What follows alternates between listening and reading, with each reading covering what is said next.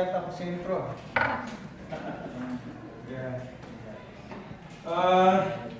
Minsan na, medyo may salamin para makita yung mga babasahin. It has been quite a while, kaya muli tayo nagsama-sama. Gusto ko lang pong niya, minsan pa ang lahat na sumayo. Basahin po natin yung ating Matthew chapter 25 verses 14 to 30, which we will take our sermon of this day.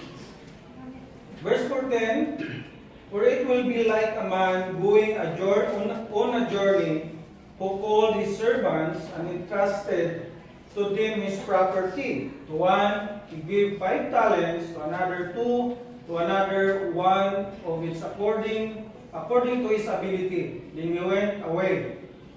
He who had received the 5 talents went at once and traded with them, and he made 5 talents more. So also who had 2 talents made 2 talents more. But he who had received the 1 talent went and dug in the ground and hid his master's money. Now after a long time the master of those servants come and settled accounts with them. And he who had received the 5 talents came forward, bringing 5 talents more, saying, Master, you delivered to me 5 talents. Here I have made 5 talents more. His master said to him, Well done, good and faithful servant. You have been faithful over a little. I will set you over much. Enter into the joy of your master. And he also, who had the 2 talents, came forward, saying, Master, you delivered to me 2 talents. Here I have made 2 talents more. His master said to him, Well done, good and faithful servant. You have been faithful over a little. I will set you over much. Enter into the joy of your master. He also, who had received the 1 talent, came forward, saying, Master, I know you to be a hard man, reaping where you did not sow, and gathering where you scattered no seed. So I was afraid. And I went and hid your talent into the ground. Here you have what is yours. But his master answered him, You wicked and slothful servant, you knew that I reap where I have not sown, and gather what I scattered no seed. Then you ought to have invested my money with the bankers, and at my coming I should have received what was my own with interest. So take the talent from him and give it to have has the 10 talents. For to everyone who has will be more given, and he will be an abundance, but from the one who has not, even what he has will be taken away. And cast the worthless servant into outer darkness, in the place that there will be weeping and gnashing of teeth. Let us pray. Aming Diyos, salamat po ng marami sa hapong ito. Panginoon, hayaan nyo na ang iyong mga salita na aming mapapakinggan ngayon ang siyang mag-cause sa amin para maunawaan ang bawat mananampalatayang tinawag nyo mula pa sa pundasyon o bago pang pundasyon ng mundo ay maging mahusay na steward sa anumang mayroong binigay nyo sa amin. Kayo po ang source ng good and perfect gift. Hayaan nyo po na ma-convict ang aming mga isipan damdamin kung paano pa kami maging devoted, faithful doon po sa mga nais mong ipagawa sa amin. Salamat po na marami. Ito ang aming dalangin sa pangalan mo, Panginoong Sos. Amen. Kayo po ay makaupo ng kapangakbay na kayo. So the parable of the talent. Sa Matthew chapter 24 verses 14 to 30 ay of course makita nyo rin sa Luke chapter 19 verses 11 to 27. So normally ay nagpapasalamat ako sa Diyos. Muli at muli nandito tayo ngayon nakikinig sa mabuting balita mula sa Panginoong Hesus. Ang ating mga isipan, ang ating mga konviksyon o ating mga conviction nga, ay nasishape, nababago, nakakard, ayon doon sa ating pakikinig sa mga salita ng Panginoong Hesus. Ika nga ng mga theologians, which I believe, the inerrant and infallible, written, revealed words of God. Kaya salamat sa church na ito, na wala ng ibang isa sa dapat faithful tayo ay sa gospel ng Panginoong Hesus.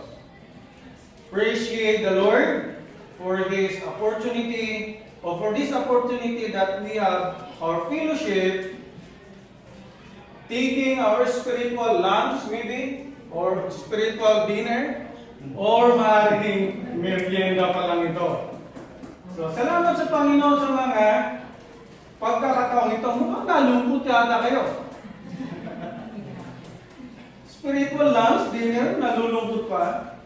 Wala sila, wala may open ang mga mall dyan sa tabi-tabi. So, ang aking task ay mag-preach ng isang oras. Kaya bilisan natin. Medyo mabilis lang ang inyong mapakinig. Kung mayroon kayong tanong, mamaya na lang. So, parable of the talents. Maaring iba sa inyo or sa atin, gustong-gusto ang mga usaping talento. Sa inyo, maaring nakasubscribe o nakatawag nyo, naka-like doon sa mga talent show all over the world. Mayroong Philippine Got Talent at marami pang iba. Kailan lang, mayroong nag-champion sa British Got Talent na akala ko hindi mag-champion, pero siya may champion. Ngayon, huwi kong semifinals ng American Got Talent. See, updated ako tungkol sa mga talento sapagkat kailangan natin unawaan kung ano nga ba ang talento na ating pinag-usapan. I hope maliwanag ito sa ating panimula at sa ating pagpapatuloy at mahalaga ito sa atin bilang mga Kristiyano. Marahil ay dinidevelop yung mga talentong meron kayo.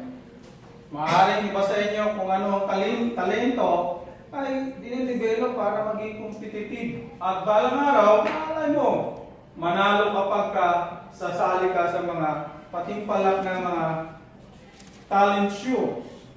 Pero, ang talento na pinag-usapan natin dito ay hindi yun yung mga talent na ito. Dapat natin maintindihan ito. Iba ang talent na pinag-usapan natin dito. Ang talent na ating pag-usapan ay tungkol ito sa malaking pera. Or, sino ba ang gusto ng kwarta? Siyempre, kwarta. Isa sa kahon. Gusto natin ng kwarta. So, ang talent dito ay patungkol sa money. So, we are now in the days that talent-oriented. Everyone are trying to develop or harness their talents. Then, a lot are convinced that this is biblical and good in the sight of God. That when we harness our talents, yun yung convince ang marami doon. Now, let us look, o tingnan natin yung Biblia sa verse 1. So, meron tayong tatlong emphasis na ating tingnan. Ang una ay, madali lang naman. Ang una ay, faithful servants. Ang pangalawa ay, alam niyo na, unfaithful servants. Servant. Yung una ay faithful servant, yung pangalawa ay unfaithful servant. Kasi isa lang siya. Or, actually, marami rin sila. Ang pangatlo ay the master's reward. So, yun ang gusto natin, yung reward lagi. Dito sa talata nating titingnan, so mayroong isang, ang talent na pinag-usapan dito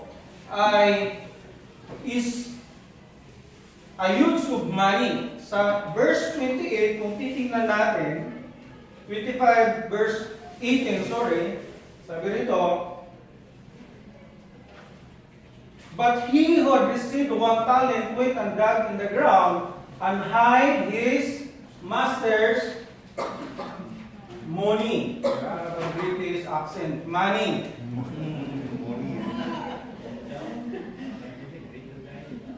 So, ang master's money, kapag tinignan natin sa Greek word, argerion, I hope na tama yung aking, silver money at equivalent ng talent. So, 1 talent is equivalent, may ginawa tayong, mamaya na lang. Anyway, so it's about silver money. Then, pag tinignan natin, na yung parable is, alam ko na sinabi na ito sa inyo para magkaroon muna tayo minsan pa na medyo mas lalong paliwanagan kung bakit ba si Jesus nagsasalita lagi sa in a parable form. So I hope pinag-aralan nyo na yung pagkakaiba ng parable, allegory at illustration. So hindi ko na i-discuss yun, pero just to remind us, balik tayo sa chapter 13 na verse 10 to 17, tingnan nyo na lang yan later on. Ang mga disipulo ay nagtanong, sabi niya, Panginoon, bakit kayo lagi nagsasalita sa parabulo? Or parable? Verse 10. Verse 11, sabi ni Jesus, para maintindihan ng mga taong, rephrase ko lang po, yung mga taong, mga pinili niya. Ito yung kanyang mga tao. Nangungusap siya para maintindihan ng mga taong kanyang mga pinili. Kanyang mga sheep, my sheep heard my voice. Sa pamagitan ng parabola or parables, we understand a lot of things. Kaya minsan, ang maraming tao nagbabasa sa Biblia, wala silang naintindihan because they are not the sheep of God, of Christ. Verse 12 sa chapter 13, sabi ni Jesus, i-repress ko na lang, this is to those who has been given saving grace, and they will be given more sustaining or preserving grace. Kaya binigay yung parable, sorry. We as genuine believer, we enter into a task or into a steward, nagiging mga mahusay tayong steward, nung tayo ay naging mananampalataya sa Panginoong Hesus. Steward is the one who manages things or business entrusted to him by other. Yun ang definition ko sa ibig sabihin ng steward. So kasi yung talent, pag-usapan na, tingnan natin na stewardship ang hinahanap dito sa atin. Now, Christians, sa mga Kristiyano, we are entrusted by God in Christ a heavenly blessings. Even sabi pa nga ni James, chapter 1, verse 17, every good and perfect gift God has entrusted to us. But let us clear about this. Hindi ito yung hindi lang ito nagpapakita ng mga mayroon akong 50 dirhams, mayroon akong trabaho. Actually, hindi yun ang talent na ating pupuntuhin mamaya. At hindi yun ang every good gift and perfect gift na ating titingnan. Balang araw, mas makita natin na mas mahalagang talento ang dapat natin tingnan. So yun yung ating point of emphasis. Faithful servants, unfaithful servant, the master's reward. Muli, ang isang talent, pansinin nyo, ayon sa mga komentary, ay equivalent siya ng 58 to 80 pounds na bigat ng mga silver coins. Hindi na ako makahanap kung ilang pounds ang bawat silver coin, pero 50 to 80 pounds siya. Equivalent siya sa 26.3 to 36.20 kilogram. Ako ay nasa 76 kilogram na lang ako ngayon. Kaya isipin nyo, yung isang talento ay ganun ka, 58. Sa pounds na lang muna tayo, o 26.3 kilogram. Now, sabi dito, for it will be like a man going on a journey. So, mayroong isang master na napakaraming pera meron siya. Tinawag niya ang kanyang mga utusan. Meron siyang ilang utusan. Mayroon siyang 3 servants at binigyan niya ang isa ng 5. Yun yung tawagin natin servant 1, 5. Yung isa, 5 ang talento. So 5 times 58 na lang tayo. Ilan yun? So mamaya tayo magbilangan. Ibig sabihin, it's a huge money that the master entrusted to these servants. Nakuha niyo yung ibig sabihin? So kayo pa-acting-acting na gano'n, hindi talent ko. Hindi yun ang pinag-usapan natin. At saka yung iba kumakanta ng My word. Hindi yun yung talent na pinag-usapan natin dito. Pansinin natin na yung master ay mayroong 3 servants. Sa Abu Dhabi, nakasanayan namin laging mag-challenge na kapag nagbabasa kayo ng Biblia, lagi kayong may tanong. Para may stir up sa ating mga tanong kung ano nga ba ang talaga sinasabi ng Biblia. At kung ang problema ko ay lagi silang nagtatanong sa akin dahil hindi nila naman masagot. Pero, minsan may nagtanong sabi, Pastor, yung master ba na ito, sino ba ito? Sabi ko, ang dali lang naman yung master na ito may 3 servants. So, ang gusto niyo palang sabihin kung sino ba talaga ang master ito. Kung ano yung pangalan ng master. Sabi ko, walang hint ang Biblia. Tapos sino ba yung mga 3 at 2 master? Ang gusto niya sabihin yung mga pangalan. Ang lagi ko lang sagot na ganito ay, well, yung 2 ay faithful na servant. Yung isa unfaithful. Yung 2, most probably, wala natin ang kanilang pangalan kung si tayo ay nasa langit na. Pero may problema pa rin tayo. Bakit? It is just a parable. Hindi maaari o maaaring may tao talaga yung 2 servant na yun or maaaring hindi. Ang point ay, minsan kailangan natin magtanong sa ating mga binabasa. Para sa lalong ma-stir up yung ating mga pananaw at maintindihan kung ano at paano, ano ang sinasabi ng ating binabasa.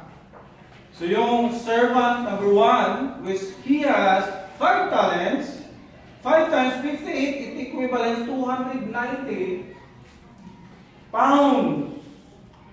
So magkano yung isang mag-try na lang kayo ng kilohin nyo ngayon yung isang dirhams dito. Most probably ilang coins yun. Ang daming pera. So ibig sabihin, mayaman ang servants nito, ang master nito. Silver money. Fair point number 1, faithful servant. So ang unang tingnan natin ay ang mga matapat na mga alagad. Mga matapat na alagad. Mukhang walang alagad dito Lahat ba ay faithful na alagad? Malalaman sa huli mamaya. Pag itinapon lahat sa imperno, hindi mga faithful. Mga faithful alagad. So, verse 15, nagsimula tayo, to one, he gave 5 talents. To another, 2. And to another, 1. Each one, according to his ability.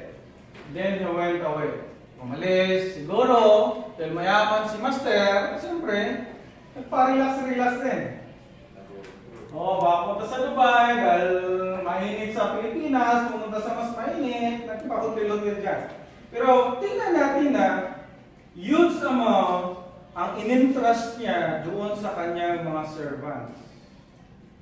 Faithful servants, verse 16, he who have received 5 talents, 5 times 58, 290, huge amount of money, went at once and traded with them, and he made 5 talents. So, pansinin natin yung character na faithful, yung matapat na alipin. So yung kanyang karakter ay, yung bigyan natin ng clue na traded. Ninegosyo niya yung talentong binigay sa kanya ng kanyang master. Mayroon siyang tinatawag na pagiging wais or matalino. Bakit? Ganon din ang servant number 2. Bakit? Kung balikan natin doon sa verse 20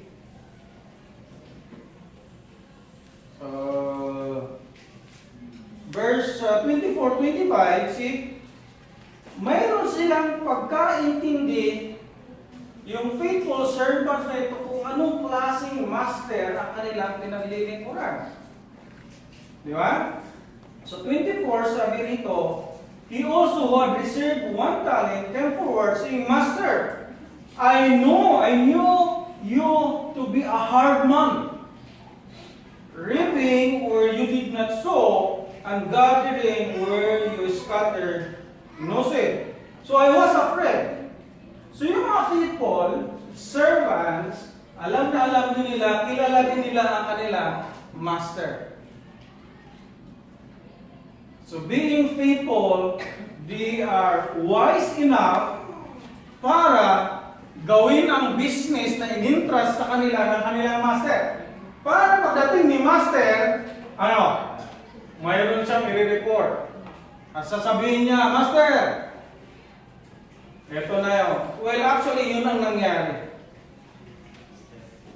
Servant 1.5 at Servant 2.2, para madaling tandaan,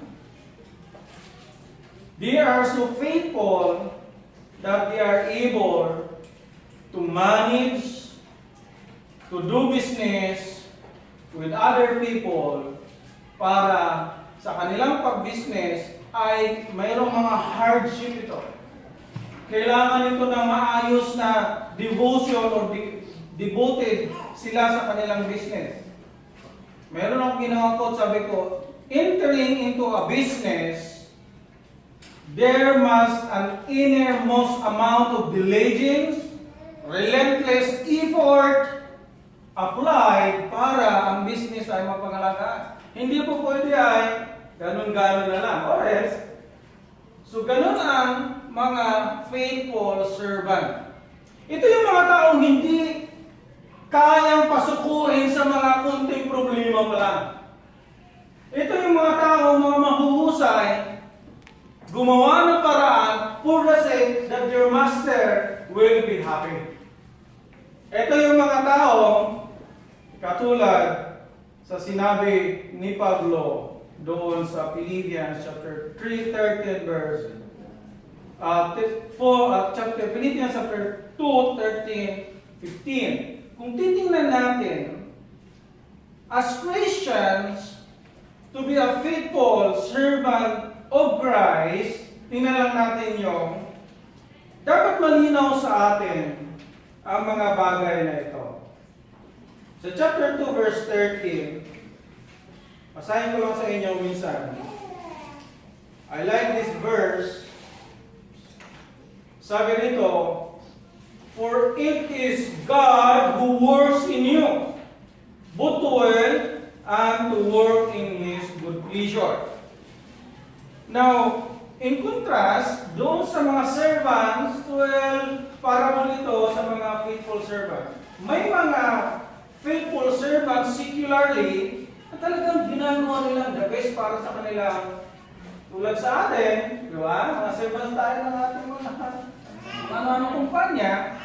Pero, when we talk about as Christ, as a servant of Christ, maganda tingnan yung encouragement ni Pablo na maging ang Diyos who works in us while doing business. Sabi ko kanina na ang business na ito ay minamanage lang natin. Hindi talaga tayo ang may-ari, kundi as Christian, pagmamay-ari ng Diyos. Pero sabi ni Pablo, ang Diyos pa rin nga ang magbibigay sa atin ng works in you, both to will and to work for His good pleasure.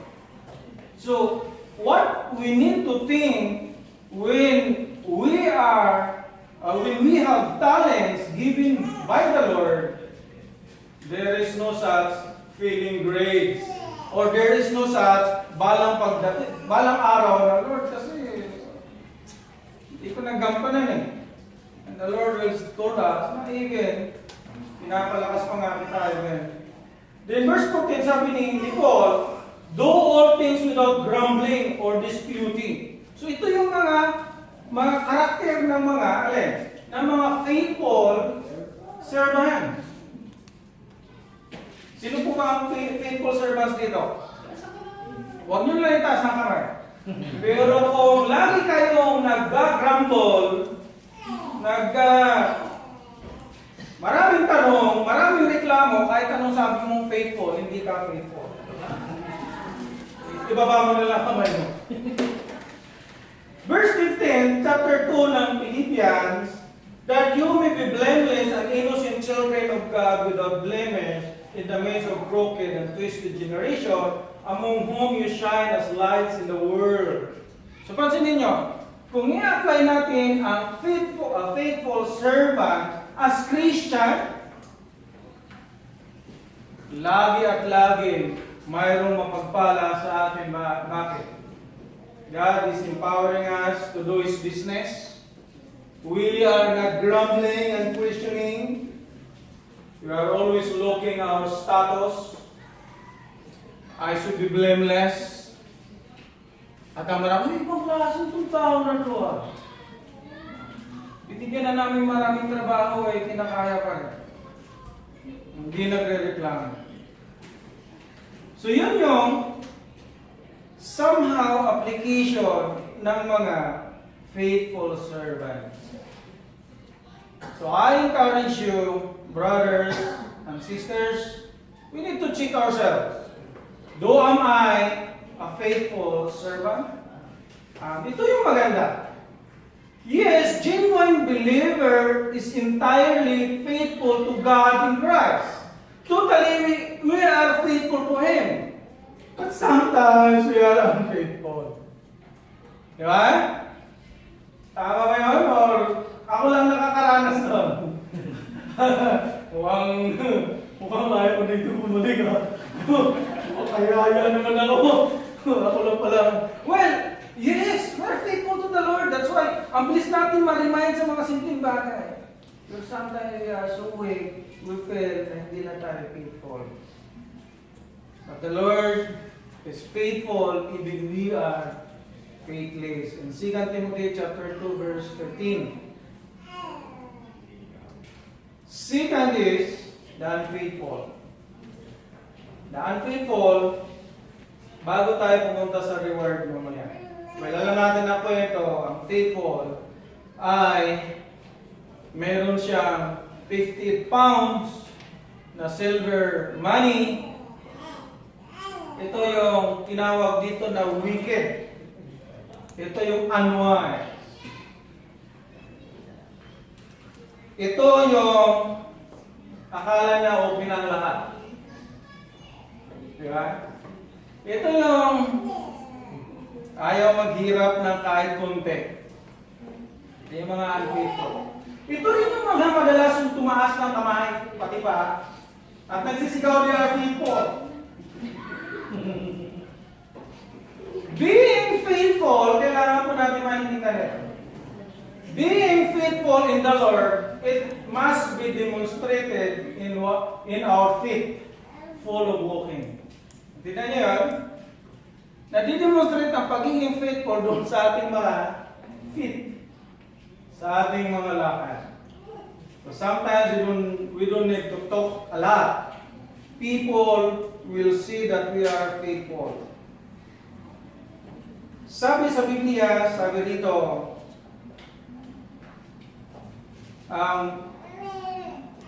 sa verse 19, sabi niya, "Now after a long time, the master, the servants come and settle accounts with them." So yung unfaithful, na nagdig lang sa ground at nilagay yung his master's money, ano ang nangyari sa kanya? He was punished?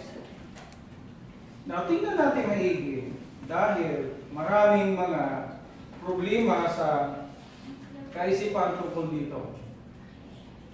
We'll just jump doon sa Master's Reward. Bago pumunta tayo. Sa Master's Reward, in verse 21, ito yung ating magandang makita. Pansinin niyo yung verse 21, His master said to him, doon sa is 1, 5, at saka is 2, 2. Sa servants number 1 na 5 talents, at sa servants number 2 na 2 talent. Ano yung sinabi ng master? There is the so-called benediction. Bene means good, diction is good seeing. Kaya ang mga Bisaya, lalo mga Cebuano, waray, tulad ko, ang sama naman ng diction. Bene means benevolence. So kaya ginawa kong benediction. Dito nag-pronounce yung master. Sabi niya, sa dalawa, sa una, sabi niya, His master said to him, well done, good and faithful servant. You have been faithful over a little, I will set you over much. Enter into the joy of your master. Meron na po ba dito sa atin excited balang araw na sabihan ni Jesus, well done. Well done, my faithful, good and faithful servant. Ito ang isa sa pinaka-inaasahan ko. Na minsan feeling ko, Lord, ang hirap yan. I need to always stick to His promise, to His preserving grace. Dahil minsan gusto natin gawin ang napakaraming gawain sa buhay, pero to the point na parang hindi ko naman nagagawa. Dahil gusto na natin gawin sa sarili nating effort. It is still the grace of God that we are enabled to do what are the tasks given to us. When Jesus will give us reward, napakagandang marinig. Siguro may ilan sa inyo na binigyan na ng reward. Yeah? Sa amin, nagulat ako galing pag bakasyon. Hindi naman reward. Yung certificate na pumasa ng exam at valid up to 2020. Uy, ibig sabihin hanggang 2020 pa. So, kung natuwa nga ako sa ganung klase ng how much more, think about this. King of Kings, Lord of Lords, sasabihin, Ramel. O, wag naman Reyes kasi maraming Reyes. Ramel. Good. Well done. At ang magsabi sa iyo is si Jesus. Wow. Are you excited to hear that voice? Jesus is giving us a benediction saying, well done, good and faithful servant. You have been faithful over a little, I will set you over much. Enter the joy of your master. Now, we as Christians, when we think about faithful servant, we also think about what our master will say to us later on. We need to be excited. That is part of our motivation that one day I will be rewarded. Di ba? Siguro wala naman sa inyo nagtatrabaho na hindi naman na mapasweldo. Ano? Of course, we are excited magtrabaho. Di ba? Mas partly tayo sa sweldo tayo. So reward, we know that our God is a God who will always reward. Now, let us look some of the rewards we have. Now, as a faithful servant, doon sa mga secular, dito sa topic natin pinag-usapan, ang mga talento na mahusay sila sa kanilang pag-manage, binigyan sila ng reward ng master. Maraming hirap din sa atin bilang mga Kristiyano habang tayo ay faithfully naglilingkod sa Panginoon. Kaya nga sabi ni James, ang sino mang mag-undergo sa mga tremendous trials, they will have the crown of life. Magkaiba yung eternal life at saka sa crown of life. Nung tayo ay manampalataya kay Kristo bilang Panginoon tagapagligtas, we have eternal life. Now, when positionally we are secured, we have eternal life, and when by practice, we will have the crown of life. Jesus' father or Peter said about the crown in chapter 5 verse 4, we have a crown of life. 1 Peter chapter 2 or chapter 1, we have the unfaded, hindi kumukupas na crown. Sa Revelation chapter 2 verse 10, mayroon tayong crown na dala-dala pa ng Panginoong Hesus. Now, as we conclude our preaching, magandang tingnan or check natin, we are not only pursuing the benediction hindi lang tayo nagpupurso sa crown na mayroon ibibigay sa atin. Pagkos yung kaakibat na tuwang-tuwa ang Panginoong Hesus sa ating paglilingkod sa Kanya. Kasi yun yung isa sa crown will follow. Kaya sabi ni Paul sa Galatians chapter 1 verse 10, kung hindi ako maglilingkod, kung naglilingkod ako sa tao, at naglilingkod ako sa sarili ko, then para saan? Hindi ako servant ni Christ. So Christian, we are clear that we are always faithfully stewards of Christ. Now, isa pang tingnan natin dito that yung faithful, sabi roon na well done, verse 21, well done, good and faithful servant, you have been faithful over a little, I will set you over much. Dito yung mga misconception ngayon sa panahon natin. Ayaw ko kung narinig nyo sila. Magandang linawin natin ito dahil maraming mga nag-isip na ganito. Kapatid or brad or sister, tiyagain mo lang yung sweldo mong 1,000 dirhams pagka na matyaga ka dyan, faithfully ginawa mo yan, balang araw, bibigyan ka ng Diyos ng mas malaking sweldo, 20 mil or 10 mil. No. Hindi yun ang ibig sabihin dito. Baka nasa sitwasyon kayo na gano'n na let us correct our mindset. Or maaari mayroon iba na dati nagtatyaga sa sweldong 2005, Lord, I'm faithful, pumupunta ako sa church. Ngayon, pinagsusweldo na ng 5,000. Kasi sabi sa Biblia, kapag faithful ka sa 2,500 or something na maliit, pag bibigyan ka, somehow, that is not the point dito. Ano ba talaga ang sinasabi ni Jesus? Sapagkat, sa istorya, binigyan niya ng reward is mayroon ng judgment. Hindi na sila something na end of the life na, end of the road na dito yung dalawa. Nagkaroon na ng accounting.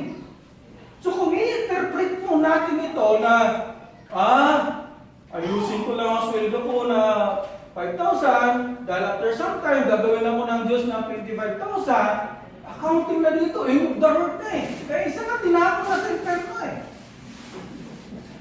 Diba? If we will apply this concept, that's wrong. Yan ang mga prosperity gospel na inamanipulate yung ating isipan para magsipag lang tayo. Hindi, ang mga Kristiyano talagang masipag. Yeah. Kung hindi ka masipag, may problema ka. Anyway, let us correct that mindset. Marami mo nakausap na gano'n. Now, Jesus is using this parable because Christians are co-heirs and we will reign with Christ. After some time, kung dito maayos ka sa paglilingkod mo sa Panginoon, and then we will talk about what is this talent that we need to engage with. Diba? Ito siguro yung ating maraming sunod sa tuwing kada buwan. Kaya aking i-manage para pag maayos ako mamili, mag-shopping, mag-invest, pag bibigyan ako ng Panginoon ng isang trabaho after some time. Mukhang hindi rin gano'n. Now, let us look kanina sa binasa natin sa 1 Corinthians chapter 4, hanggang verse 5 lang natin binasa. Pag nilagay mo sa verse 8, sabi ni Paul, na tinabagan, we are rich in Christ. Na para bang mayroon tayong pangangasiwaan after Jesus will judge us, the so-called righteous judgment after some time. Sige, basahin na lang natin para sa ating kaliwanagan. Verse 8, sabi roon, already you have all you want. Already you have become rich. Without us, you have become kings. Small e. And would that you did reign, so that we might share the role with you. So after some time, in application sa parable na ito, as faithful sa mga little things, habang nandito tayo sa lupang ito, later on, we will reign with Christ at bibigyan tayo ng mga pangangasiwaan natin pagdating ng panahon. Kung babalikan natin yung 2 Timothy chapter 2 verse 12, ganun din ang sinabi niya kay Timothy. So, pagpapakita lang na iba ito doon sa iisip ng marami na kapag ka mahusay ka magtipid ng 20,000 dirhams per month, eh, lalo kang hindi po ganon. Sa 2 Timothy chapter 2 verse 12, chapter 2 verse 12, basahin mo, sabi dito, if we endure, we also will reign with Him. If we deny Him, He also deny us. So pinapakita ni Pablo na Christians, after judgment, righteous judgment, hindi po ito judgment for condemnation, but judgment righteously awarding pagdating ng panahon. Katulad din sa master na ito, na inawardan niya ang lahat ng ang tatlo niyang servants. So we need to take note about the master's reward. Pansinin din natin yung faithful, the master is faithful to his reward. He is faithful rewarding to the faithful servants, and he is faithful rewarding to his unfaithful servant. Dapat makita rin natin yun. Kung faithful ka sa Panginoon, kung i-apply natin as Christians, hello? Kung faithful ako, na nag-serve kay Jesus, faithful din siya bigay ng reward. Kung unfaithful ako kay Jesus, siya rin ay faithful na magbigay yun yung reward, punishment. Alin ang gusto nyo? Of course. Now think about pagdating ng panahon. Ano ba yung takbo ng ating pag-iisip ngayon? Ano ba yung ating goal sa buhay na ito ngayon? Of course, everyone will say always, I want to be a faithful servant. That is the goal. And of course, we try hard to pray that we become a faithful servant of Christ. Dito, may isa pang dapat tayong makita after the end of the road. Dahil 3 servants, mayroong 2 faithful, may isang unfaithful. Marami nagtatatalon at nagsasabi agad, kaya ikaw, Ramel, pag hindi ka nag-ayos, tingnan mo, itatapon saan? Sa impyerno. Naku, nalupo na. Maraming ganun ngayon. It seems that salvation, we need to work hard for our salvation, that if we will not do proper work, we will end up in the hell. Well, how hard we try, we could not earn our salvation. We always fail. Now, pinapakita dito kasi ang wording is wicked. Hindi ito tunay kung ilalagay natin sa application as Christians. This is not the genuine believer. Ito yung mga professing Christians lang. That's why they are unable to be faithful. Na mayroon din tayo isang makita rito. Pwede tayo mag-exert ng effort na as if sabi ni Pastor, galing mo talaga. Pero, at the end of the road, God knows really who is really faithful and unfaithful. When we can encourage, sometimes, God ang ganda na bisa sa ginawa. I'm not saying na baka isa sa inyo. Well, kung feeling nyo ikaw yun, it's about time to humble ourselves, to come to the Lord. Lord, I'm so unfaithful. I'm doing a lot of things for my own, myself, me. Diba? Now, there is judgment for those unfaithful. The unfaithful, in a context of Christian theology, they have no relationship in Christ. They are so busybodies. Ang sisipag lang sa gawain.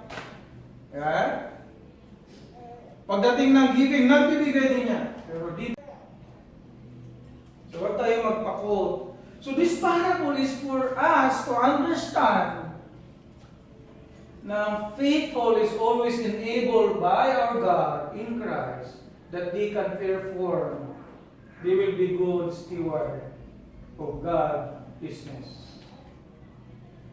Ang mga unfaithful, ito yung mga taong walang personal na relasyon sa Panginoon. Andun lang sila sa church every now and then. Now, the good challenge for us, ang magandang pwede natin tingnan. So, unfaithful get rewarded. He was judged and put into. Now, ito yung talamak ngayon sa maraming mga preaching na God is love. God always care for someone, sinners. He loves sinners, but He hates sin. This unfaithful, itong unfaithful na servant, sinner din ito. Nung tinapon ng Diyos o ng Master sa impyerno, kasama ang sin niya at saka siya. So huwag tayo magpakot na kasi God loves me, I'm a sinner, He hates sin. Pag tinapon ng isang makasalanan sa impyerno, kasama ang kasalanan at siya ang buhay niya. God is love, yes. But God is wrath also. Hanggang ang Diyos ay nagpaparusa din naman. We need to look at in our application. Of course, we should be faithful to Christ, faithful to Him, sa kanyang mga gawain, sa kanyang nais sa atin. Na ano ba yung business na dapat natin i-engage with? This is, makita natin sa Philippians chapter 4. Saan ka nag-i-invest? Sa SMDC? Sa Philippines? Ayan. Pero ito yung much more worth to invest with. Ito yung commendation ni Pablo sa mga taong faithfully. May sulat siya sa mga taga-Pilipinas. Actually, Philippians, hindi Pilipinas. Pansinin natin sa verse 15 ng chapter 4. Philippians. This is our application. Simulan lang natin sa verse 14. Yet, it was kind of you to share my troubles. Verse 15, and you Philippians yourselves know that in the beginning of the gospel, when I left Macedonia, no church entered into partnership with me in giving and receiving except you only. See? This is the core business of God is saving people to the preaching of the gospel, the good news. Now, we Christians, we need to engage how to help people to preach the gospel. All yung sabihin, yun ang business ng Diyos. Kaya kung may kita kayo 1,000, 2,000, 3,000, or pataas pa, make it sure na we enter into partnership with the church in preaching the gospel. Sabi ni Jesus, at ngayon, sa aking pagbabasa, natupad ang sinabi ni Isaiah. Jesus was preaching the gospel. When you hear someone na capable, able to preach the gospel, support them. So the business of the Lord is preaching the gospel. That's why we are faithful to the gospel, not for the gospel. So yun yung mga Pilipinas. At ang Pilipinas ay tila baga malapit sa Pilipinas. Philippines. Verse 16. Even in Thessalonica, you sent me help for my needs once and again. Not that I seek the gift, but I seek the fruit that increases to your credit. Verse 18, chapter 4, Philippians. I have received full payment, and more I am will supply, having received from Epaphroditus the gifts you sent. The gift you sent, offering a fragrant offering, sacrifice acceptable and pleasing to God. Napakagandang tingnan na even, sabi ni Paul, it's add to your credit and it's a pleasing sacrifice. So we, as faithful servants, we need to engage the business of the Lord in preaching, in supporting sa gospel. Of course, through giving, through demonstration sa ating daily living, we keep on engaging sa ating mga kaibigan, sa ating mga katrabaho. Lagi tayo nagkabibigay sa kanila ng mga tanong para ma-engage sila sa gospel. And of course, sa ating mga mahal sa buhay. The last question is, if we are faithful steward of Christ, for sure, He will reward us, but we invest mag-invest tayo ng ating time, ng ating talent, ng ating money about to help the gospel. At maging kayo, pansin ninyo, lumalago kayo sa kaunawaan, sa grasya ng Panginoong Hesus sa pamagitan ng pakikinig at pakikinig sa Kanyang mabuting balita. Tayo ay manalangin. Amin Diyos, salamat ng marami sa pamamagitan po, Panginoon, ng mga parabol na iyong sinabi na nandito kayo, Panginoong Hesus. Lagi niyong nire-remind sa amin ng tunay na mga faithful servants. Ito po yung mga tunay na kinilos ninyo, tunay na may paglagak ng kanilang pagtitiwala sa inyo, convicted na sila ay makasalanan na dapat parusahan sa kanilang mga kasalanan. Ngunit o Diyos, nung mayroong nabuong relasyon mula sa inyo at sa amin, naging isang mahusay din kaming mga steward sa inyo. Panginoon, tulungan niyo ang bawat isa na magawa namin lagi mag-propagate ng mabuting balita ninyo sa aming pang-araw-araw na buhay, gaya ng sinulat ni Apostol Pablo na mabuhay kami worthy of the gospel. Maging ang church na ito, patuloy yung pagpalain sa pagiging faithful ng mga leaders para sabihin lagi ang mabuting balita tungkol sa iyo, Panginoong Hesus. And Lord, salamat dahil pinapaalala niyo lagi sa amin na kayo ay faithful na magbigay lagi ng reward sa faithful at saka unfaithful. Matagpuan niyo po kami, Panginoon, na isang matapat na lingkod sa inyo. Ito ang aming dalangin sa pangalan ng Panginoon Hesus. Amen.